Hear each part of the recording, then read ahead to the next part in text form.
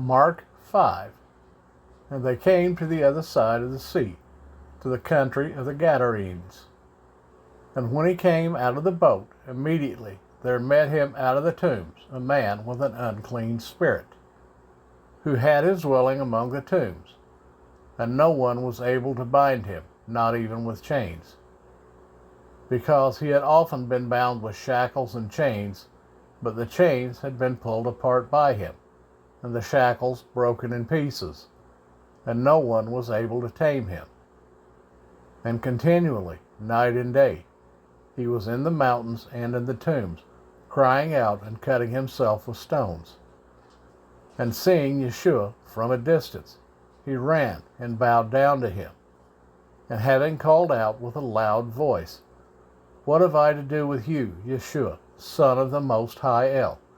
Swear to Elohim not to torture me."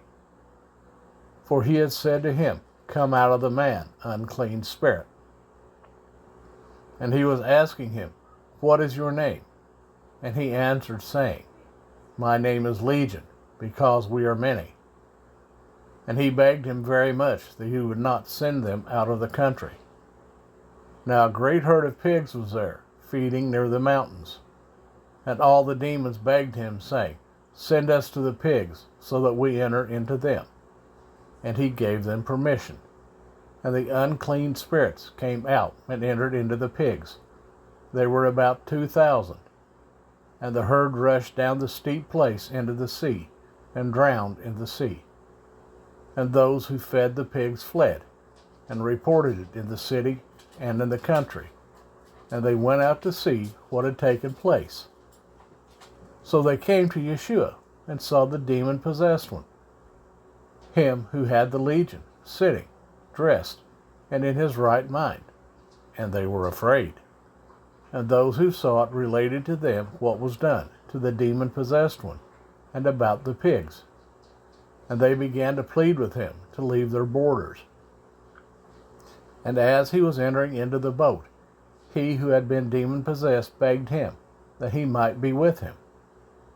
And Yeshua did not allow him, but said to him, "Go home to your friends, and report to them what the Master has done for you, and how he had compassion on you."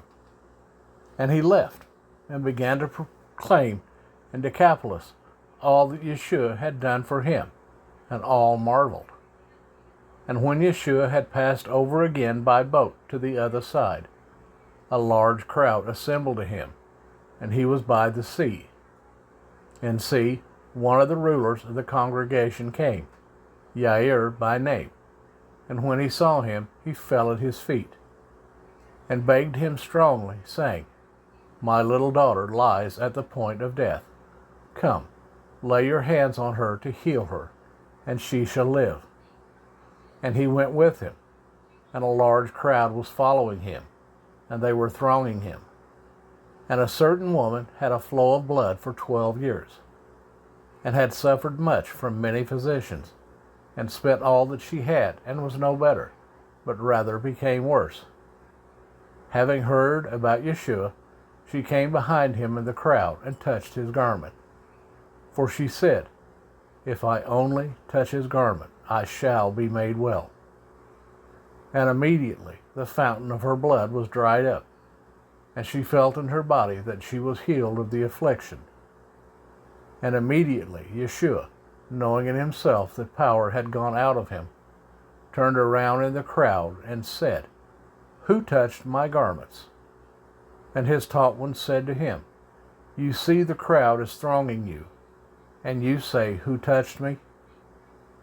And he was looking around to see her who did this. And the woman, fearing and trembling, knowing what was done to her, came and fell down before him, and spoke to him all the truth. And he said to her, "Daughter, your belief has healed you. Go in peace, and be relieved from your affliction."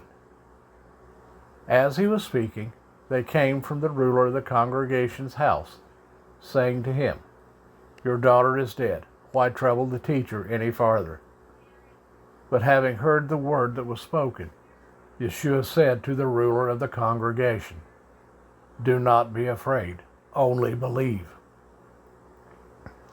And he allowed no one to follow him except Kepha and Jacob, and Johanan, the brother of Jacob. So they came to the house of the ruler of the congregation, and saw a commotion, and much weeping and lamenting. And coming in, he said to them, Why make this commotion and weep? The child is not died, but is sleeping. And they were laughing at him. And when he had put them all out, he took the father and the mother of the child, and those who were with him, and went in where the child was lying.